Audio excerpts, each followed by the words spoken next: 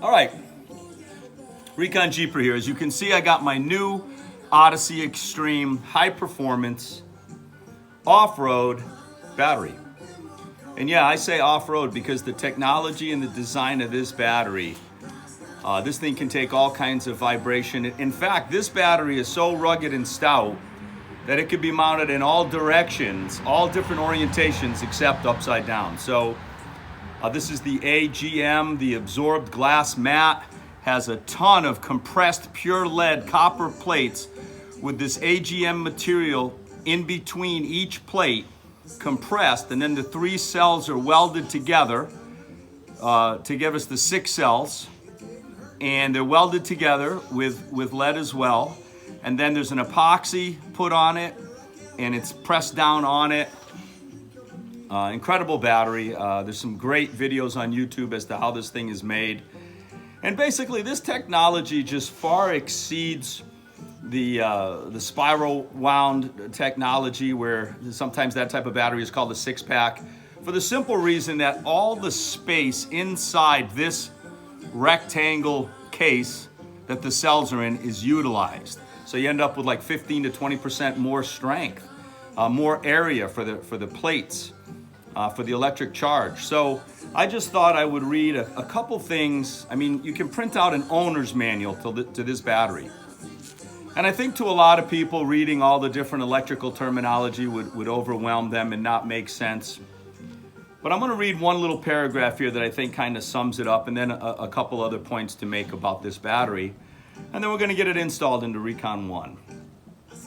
So these batteries are capable of providing engine cranking pulse in excess of 2,250 amps for 5 seconds, as well as 400 charge-discharge cycles at 80% depth of discharge.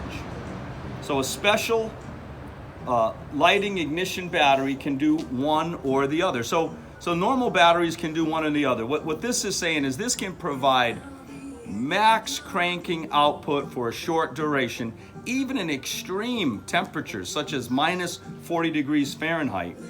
But it also has the great capability of discharging so many times, 80% of its depth, and bouncing right back.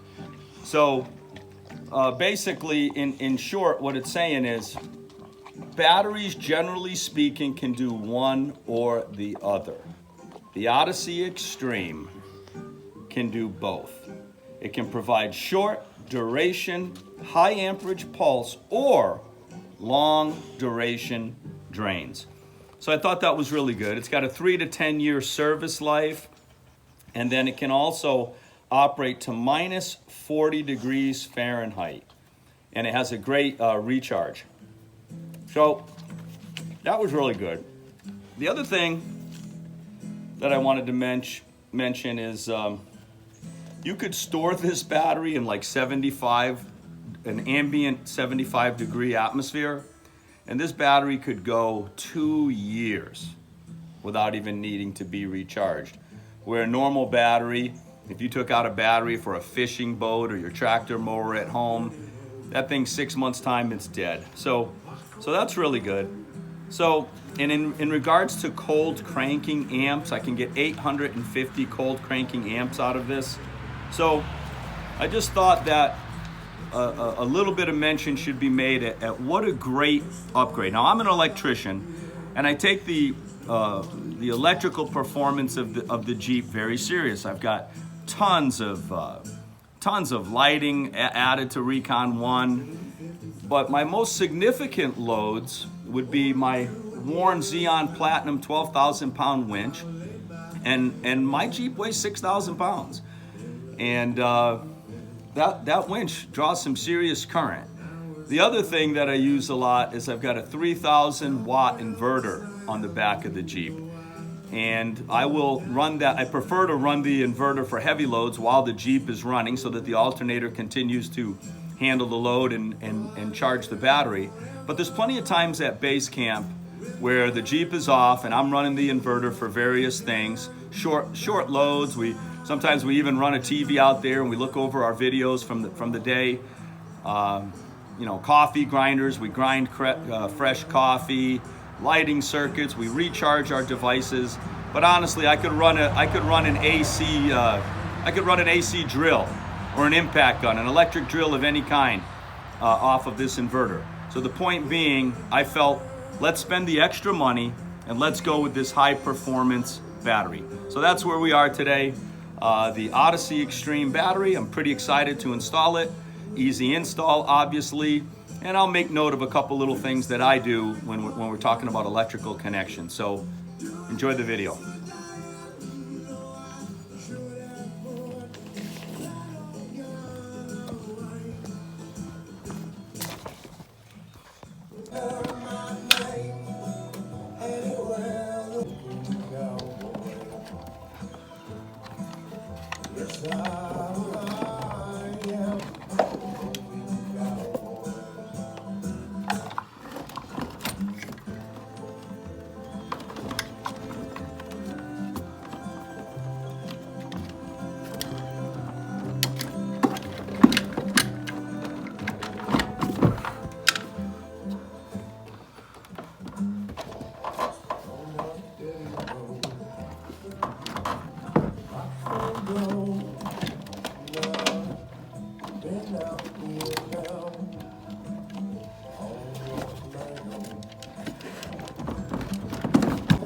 All right, a bit of a wrestling match getting it in, only because of all my extra wiring.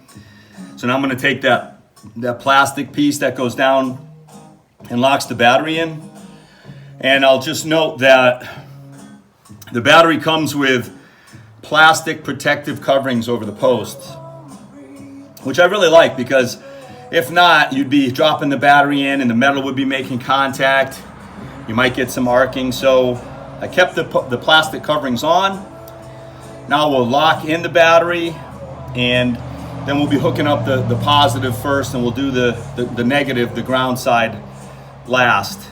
I also have some oxidation inhibitor called Nolox. I'll put a thin coating of that on the post as well, and then we'll get this thing tied up and get this Jeep running.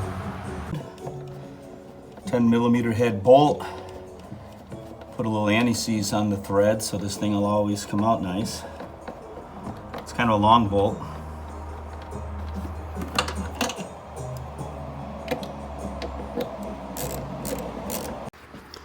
I wanted to do a little close-up of the post, so I just took the red plastic cover off, but notice that the post the post has like a knurl on it, which I think is really good. It'll help to really, the clamp will hold on tight, because it's all about connection here. So I was very happy to see that.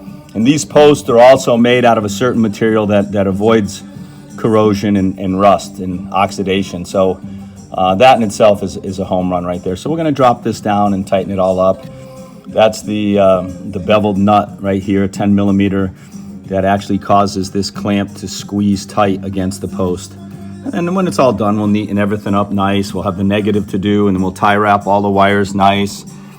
And what I have here is this, believe it or not, for my 3,000 watt inverter. I could get 26 amps out of the inverter. I've set it up and sized my wires, which go back to the inverter, to get 12.5 amps out, okay? Just a little less than half of what the inverter could put out.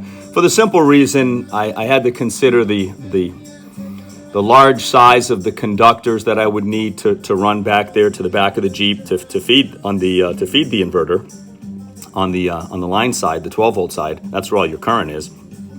So, and then I fused it with a 150 amp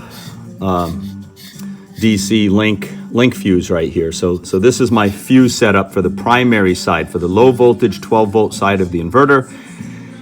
And the other battery, I had a nice little Velcro strip right here and just Velcroed that down. And I'll probably get a piece of Velcro and set this up the same way. But that's what's going on here. So it's going pretty well. Looking forward to getting this thing started. And then I'll have to start working on the Mopar locker plug that came in and trying to get my rear locker up and running. That's a nice, tight connection. This will all get tie wrapped back up here.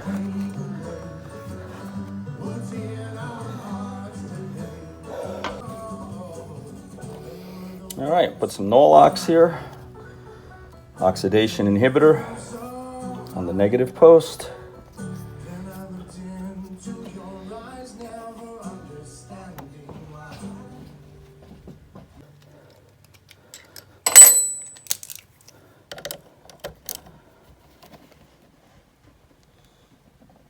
Wow, that thing just completely locked up. Seems tight. All right, now we gotta neaten this up with some tie wraps.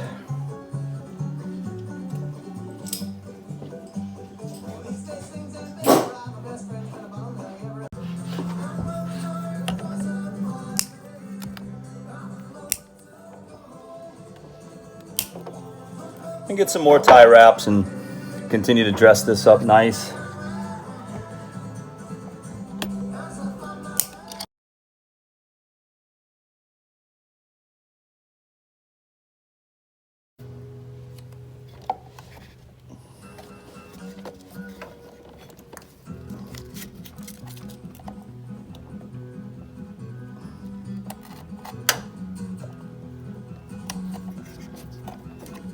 All right, just putting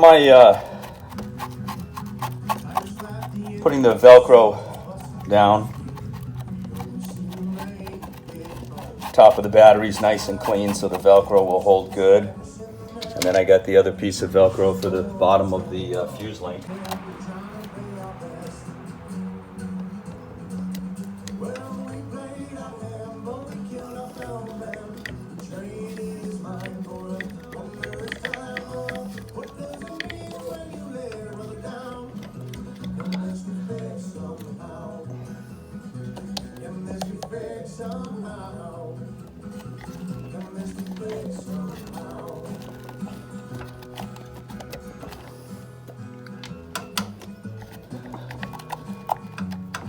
There we go.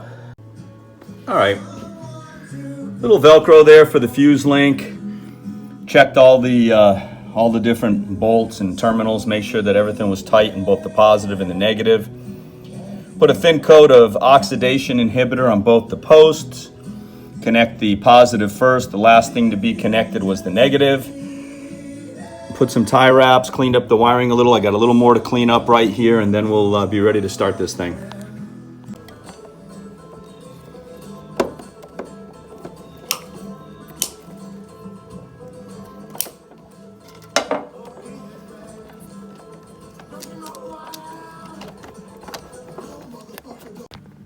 All right, everything looks good.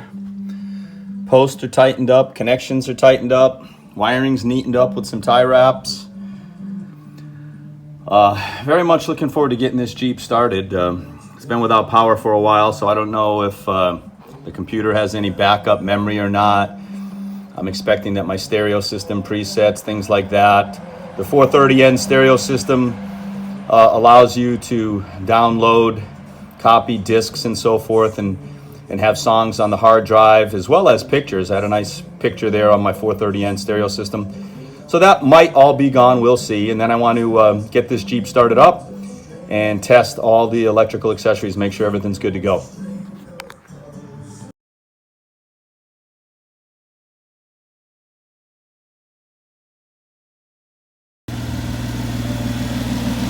All right, Jeep started right up.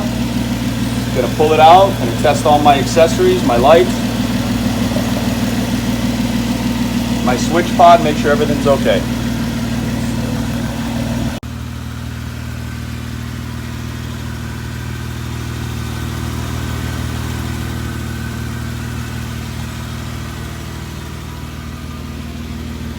Rock lights are on, headlights, chaser lights, rear lights, license plate, brake lights.